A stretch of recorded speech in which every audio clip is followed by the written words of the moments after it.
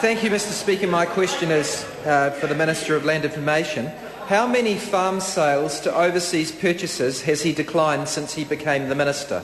The Honourable Maurice Williamson. Mr Speaker, when approving or declining applications from foreigners to buy land, I am bound by the criteria set out in the Overseas Investment Act of 2005, which was passed by the Labor government.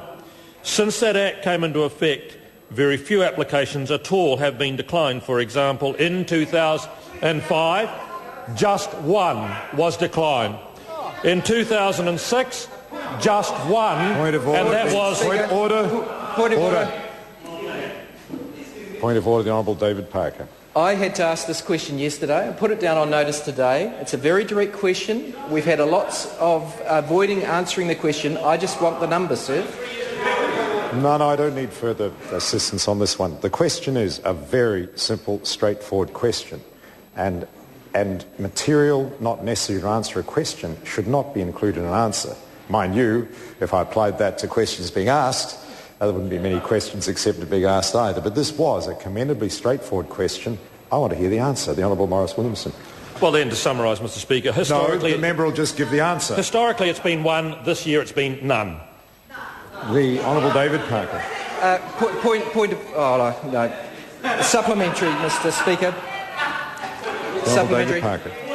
Given that the Minister has now confirmed that he's not even declined one farm sale since he's been Minister under his existing discretions, why could he not say yesterday whether he would decline more under his new so-called tighter rules? The Honourable Maurice Williamson. Speaker, because the member's question yesterday required me to be clairvoyant and work out how many applications we would get, what class they would be, and whether they would confirm to the criteria that is in the Act that Labor put in place. I can't tell that, nor can that member know what next year or the following year will unfold. The Honourable David Parker.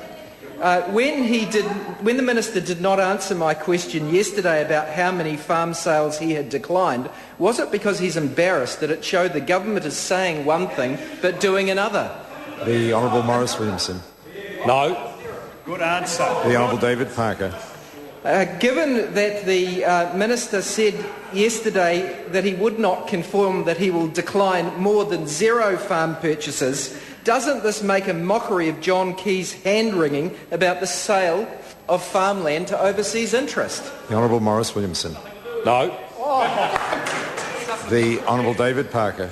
Will the Minister to decline applications by overseas purchasers interested in buying farms and defaults under mortgages owed to South Canterbury Finance, given that those mortgages are effectively owned by the Crown? The Honourable Maurice Williamson. Speaker, what I will do as a Minister is comply by the law that was passed by the Labor government. I will take advice from the Overseas Investment Office as to whether the applications meet the criteria in the Act, and if they do, they will get through, and if they don't, they won't. Point of order, the Honourable David Parker. I seek leave to table the overseas investment rules that show it's the Minister's discretion, not his department's. Order. The Overseas Investment Committee. Order. Now, both the Honourable Ruth Dyson and the Honourable Maurice Williamson won't interject while a point of order is being heard. I think those rules are available to all members. We don't need to table those. Question number 9, Shane Arden.